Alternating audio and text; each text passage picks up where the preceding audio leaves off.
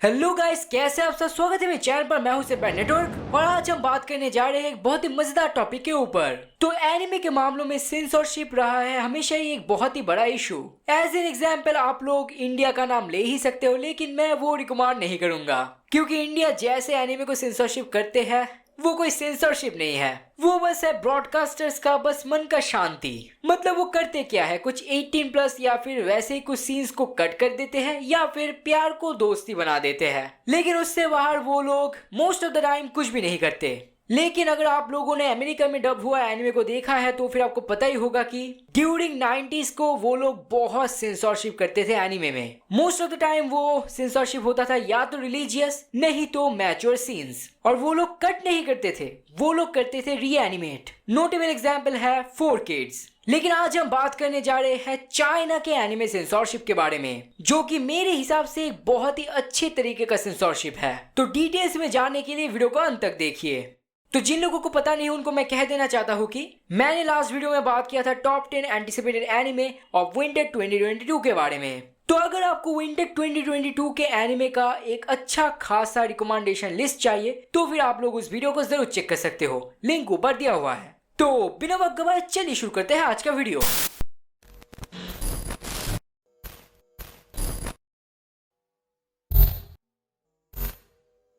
China और Japan के anime telecast के ऊपर एक मेजर डिफरेंस रह गया है और वो है डिपेंडेंसी। अगर आप YouTube में जाएंगे और वहां पर जाके किसी भी एनिमे स्टूडियो का यूट्यूबर के साथ एक इंटरव्यू देखेंगे, most of the time giga या फिर दी एनिमे मैन के चैनल के इंटरव्यू अगर आप देखेंगे तो एनिमे स्टूडियो वालों से हमें बस एक ही चीज सुनने को मिलता है, और वो ये है कि वो किसी भी तरीके से फॉरेन ऑडियंस के ऊपर एनिमे के प्रमोशन के लिए डिपेंडेंट नहीं है। तो सच कहे तो YouTube में हुआ ये सारी बातें एकदम झूठ है। जापान के कल्चरल चीजों के बारे में अगर जानना चाहते हो तो फिर ऐसे यूट्यूबर्स के ऊपर यकीन करना ठीक है, लेकिन इंडस्ट्रियल स्टफ जो कि बहुत ही ज्यादा क्लासिफाइड होता है, ये जानने के लिए एनिमे यूट्यूबर्स के ऊपर भरोसा रखना सही नहीं है। इस चीज के बारे में हमें एक ऑफिशियल वर्कर से भी जानने को मिला था, और अगर आप साथ ही साथ लेटेस्ट स्टैटिस्टिक्स को भी देखें तो फिर आपको पता चलेगा कि आखिर बात क्या है। पहले शायद ये इतना ज्यादा इम्पैक्टफुल नहीं था, लेकिन अब हमें जानने को मिला है कि ओवरसीज अर्निंग डोमेस्टिक अर्निंग से तो ज्यादा होता ही है।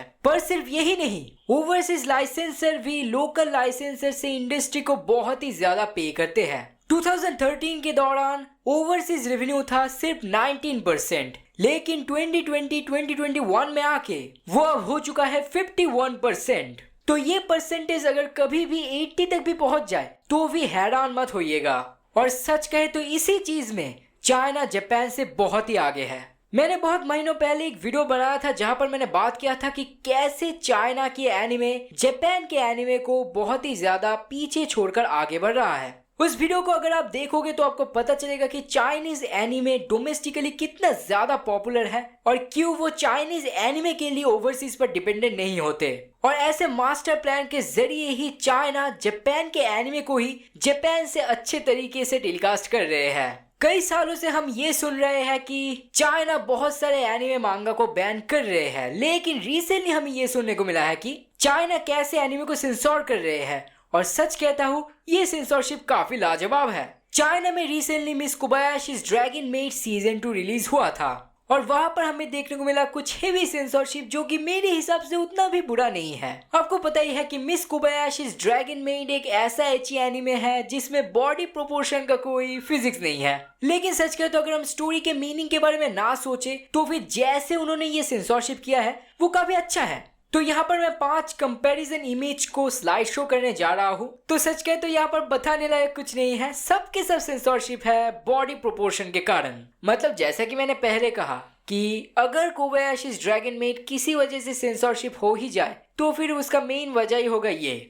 लेकिन फिर भी यूगियो का बहुत ही बड़ा इनफेमस बंदूक के जगह उंगली से गोली का सेंसरशिप से एक परफेक्ट लॉजिकल रीएनिमेशन ही बेटर है। तो सच कहते ऐसा ही कुछ कारनामा हमें इंडिया में भी देखने को मिला था जब लास्ट टाइम के लिए शिनचैन का 2 मूवी रोबोट डैड और काटा लगा इंडिया में रिलीज हुआ था। मतलब वो लोग सेंसरशिप करके प्यार शादी को दोस्ती तो बना देते हैं, लेकिन ऐसे वेट बॉडी प्रोपोर्शन को वो लोग सेंसरशिप नहीं कर पाते। ऐसा क्यों? इसका जवाब मुझे नहीं पता। क्यों ना आप लोग जाके इंडियन सेंसरशिप बोर्ड को पूछे।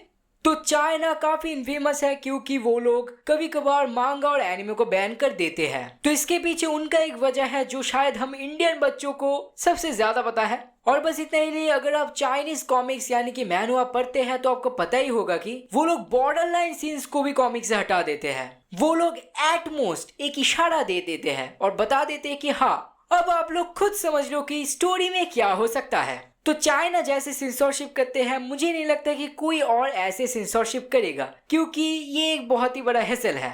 लेकिन फिर भी मानो या ना मानो, मुझे ये तरीका बहुत ही अच्छा लगा। लेकिन एक बात पूछना चाहूंगा कि क्या चाइना के सेंसरशिप आप लोगों को पसंद आया? और मोस्ट इंपॉर्टेंटली, क्या आप लोग जापानीज एनिमे इंडस्ट्री के बारे में और भी जानना चाहते हैं? इन सारे सवालों का जवाब हमें नीचे बता दीजिए। ऐसे तरह तरह की वीडियोस के लिए हमारे साथ ऐसे ही बने रहिए। तो आज बस इतना ही, मिलते हैं आगे एक और नई वीडियो के साथ।